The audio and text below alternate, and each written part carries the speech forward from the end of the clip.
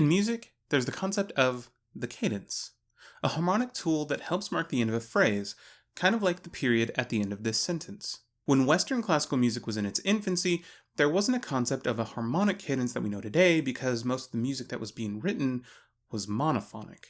It's hard to have a harmonic cadence without any harmony. Certainly, there were still phrases in the monophonic music of the time, but composers didn't have the tools to express the harmonic cadences that would eventually be developed. As music evolved over the centuries, different kinds of cadences evolved as well, one of them being the Amen Cadence, or its technical name, the Plagal Cadence. Enter these guys.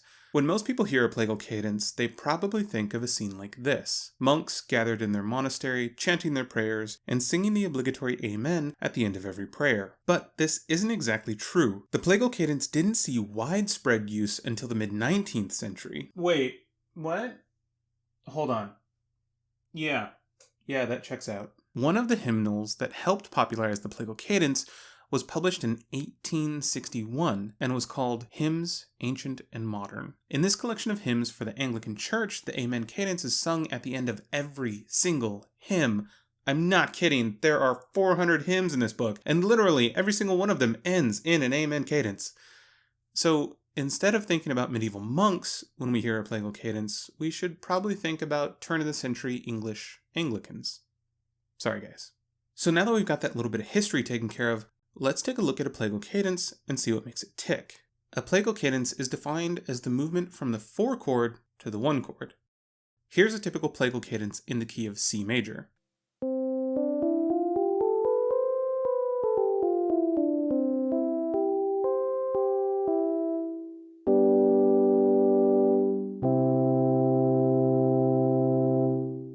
Okay, so now that we've got a sense of the key we're in, here's what the cadence sounds like.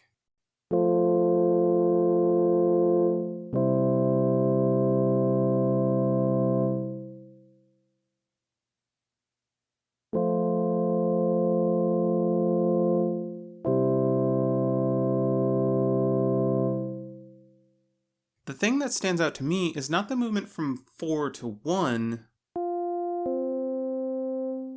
but the movement from 4 to 3 in the middle voice. Listen to it again, but this time try to hear that 4 to 3 movement.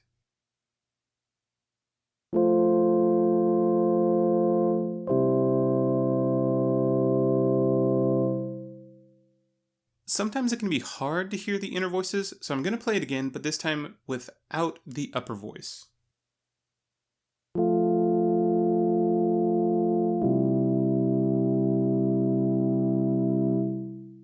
Now you can clearly hear the tension between the 4th scale degree and the 3rd scale degree. Or fa mi if you're using solfege. Sometimes the composer wants the tension to be a little bit clearer in the cadence, so there are some Plagal cadences with the 4-3 movement in the soprano voice, like this one in the key of E major.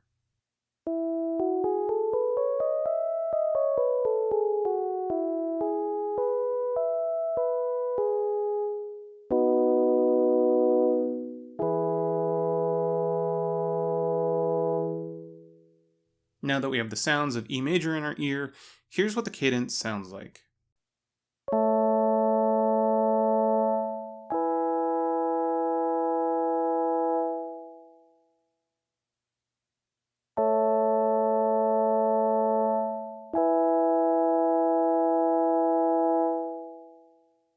So this time, the 4-3 movement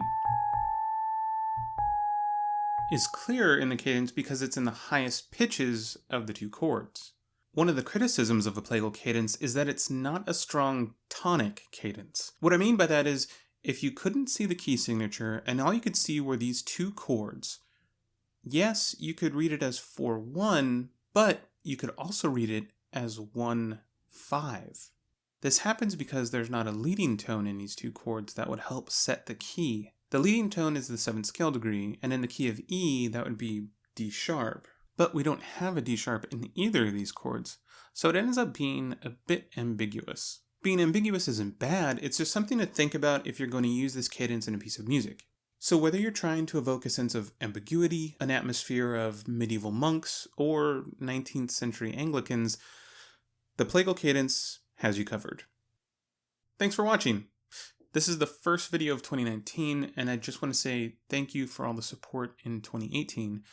Remember, I am still trying to grow the channel, so if you want to help out, definitely hit that subscribe button, like the video, or leave a comment. As always, I will be in the comments answering any questions that you have.